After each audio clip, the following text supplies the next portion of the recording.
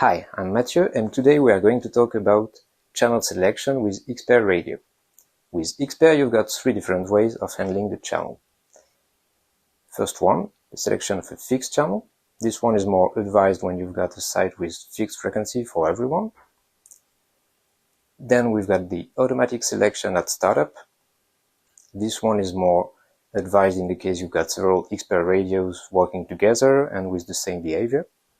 And finally, we've got the channel agility, which is an automatic channel selection at startup and also an automatic change of the channel during the use in case you're facing any disturbances.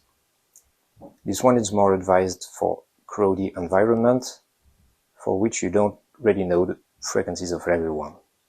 To choose between these three modes, nothing complicated, just follow the guide. For setting the channel agility, first unlock the safety stop, then turn the on-off switch to on position, then press F1 and F2 push button here and turn the on-off switch to start position. Release everything. The transmitter is now showing U is working with channel 22. A is showing the tens and B the units. To activate the channel agility, you just need to press F6 here once. If you want to deactivate it, you can press it once more. For validating, you just need to push the on-off switch to start position, just like that.